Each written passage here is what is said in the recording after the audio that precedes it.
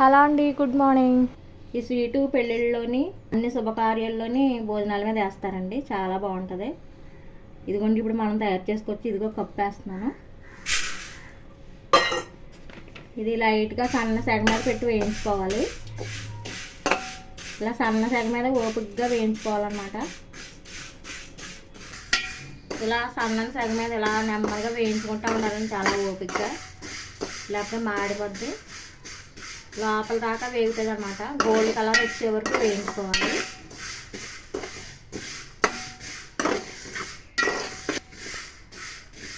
ఈ స్వీట్ అంటే మాకు చాలా ఇష్టం అండి, చాలా బాగుంటుంది. పెళ్ళిళ్ళలో అడిగి మరి వేయించుకుంటాను నేను.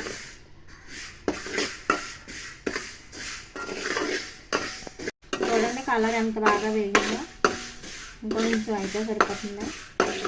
దీనికి ఫుడ్ కలర్ ఉంటే కలర్ బాగా కనిపిస్తుందండి, కానీ లేదు ఇంట్లో.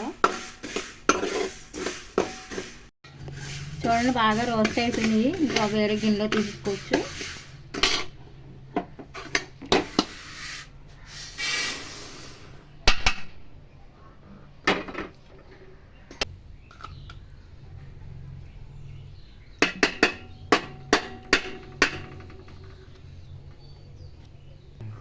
ఇప్పుడు జీడిపప్పు వేయించుకోవచ్చండి.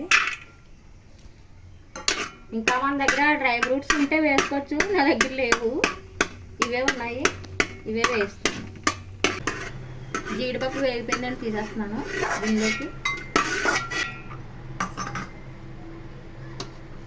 ప్యాన్లో వాటర్ వేసుకోవచ్చండి.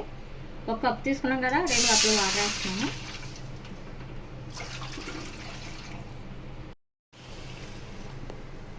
వాటర్ మరిగిపోయిందండి, సేమియా కూడా వేసేస్తున్నాము.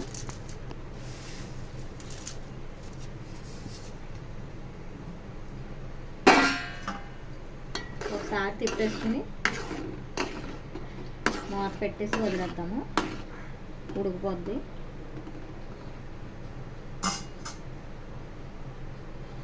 ఇప్పుడు మూత పెట్టేసుకోవచ్చండి. సేమియా ఉడికిపోయిందండి. మరీ మెత్తగా కాకుండా ఈ పదం మీద ఉండాలండి. ఇప్పుడు ఇందులో షుగర్ వేసేసుకోవచ్చు.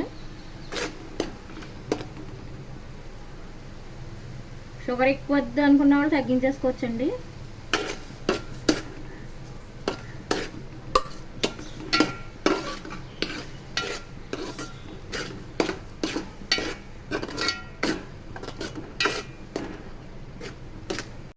ఇందులో ఒక స్పూన్ నెయ్యి వేస్తున్నానండి.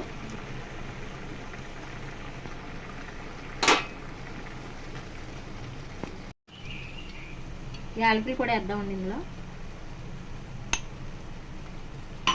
వేసి తిప్పుకోవచ్చు. ఇంకా అయిపోయిందండి, దగ్గరికి వస్తుంది.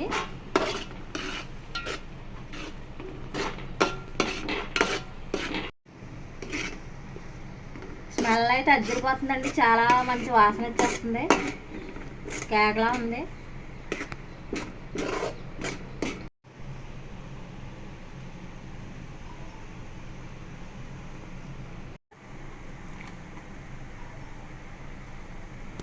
అంతేనండి, ఎంతో టేస్టీగా ఉండే సేమియా కేసరి రెడీ.